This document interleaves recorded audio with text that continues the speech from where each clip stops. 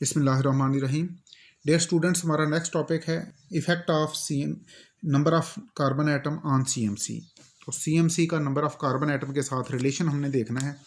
वैसे तो हमने पहले पढ़ा है कि हाइड्रोफोबिक ग्रुप में नंबर ऑफ़ कार्बन एटम अगर इंक्रीज़ करते जाएँ तो सीएमसी डिक्रीज़ होती जाएगी।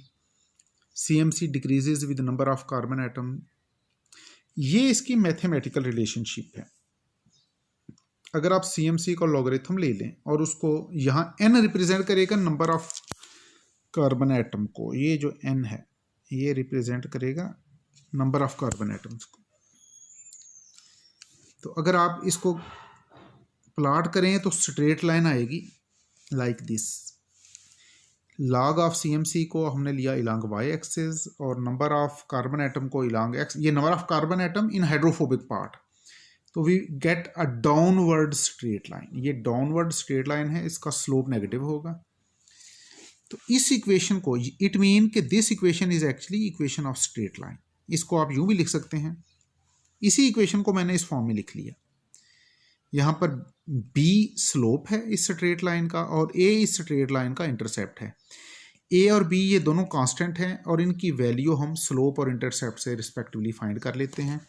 हम एक सरफेक्टेंट लेंगे जिसके बारे में हमें पता हो कि इसमें number of carbon atom hydrophobic part में कितने हैं, उसकी सीएमसी फाइंड कर लेंगे। यानी डिफरेंट सरफेक्टेंट जिनमें number of carbon atom different हों उनकी आप सीएमसी फाइंड करेंगे। फिर देखेंगे कि number of carbon atom increase करने से सीएमसी का लॉग लेके उसको प्लॉट करेंगे और ये इफेक्ट नोट करेंगे। इस स्ट्रेट लाइन के स्लोप से हमें बी की वैल्यू फाइंड हो जाएगी और इंटरसेप्ट से हमारे पास ए की वैल्यू आ जाएगी। Value of A depends on nature of ionic head group and temperature. A की वैल्यू डिपेंड करेगी कि टेम्परेचर पे और आयनिक हेड ग्रुप की नेचर पे, और बी की वैल्यू भी हेड ग्रुप की नेचर पे डिपेंड करेगी। एनायनिक और कैटायनिक सरफेक्टेंट के लिए बी की वैल्यू 0.3 होती है और नॉन आयनिक और ज्विट्रायनिक सरफेक्टेंट के लिए बी की वैल्यू 0.5 होती है। तो ये लीनियर ट्रेंड है।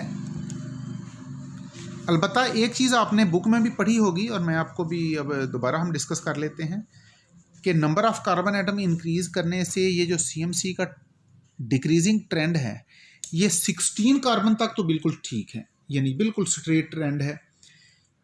16 के बाद नंबर ऑफ़ कार्बन एटम जब 17 या 18 होते हैं तो फिर ट्रेंड वैसा नहीं रहता जैसा हमने पढ़ा था। यानी हमने कल पढ़ा था कि अगर आप एक CH2 ग्रुप ऐड करते हैं तो आयनिक सरफेक्टेंट की सीएमसी हाफ हो जाती है और नॉन आयनिक की 1/3 हो जाती है।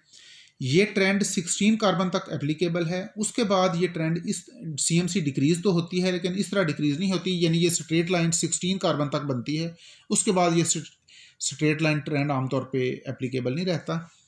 उसकी वजह यह है कि जब हाइड्रोफोबिक ग्रुप में नंबर ऑफ कार्बन एटम्स ज़्यादा होते हैं तो उसकी कॉइलिंग स्टार्ट हो जाती है। जब कॉइलिंग स्टार्ट होती है तो उसकी इफेक्टिव लेंथ कम हो जाती है और इफेक्टिव लेंथ कम होने से फिर सीएमसी उस तरह डिक्रीज नहीं होती जिस तरह हम एक्सपेक्ट कर रहे होते हैं।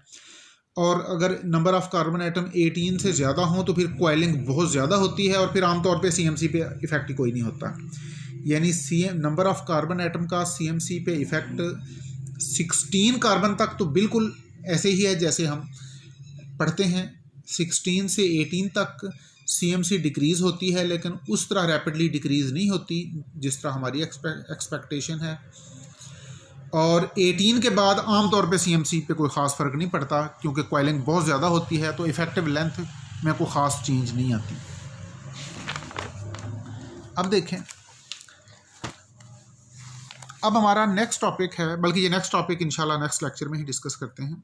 अल्लाह हाफिज़।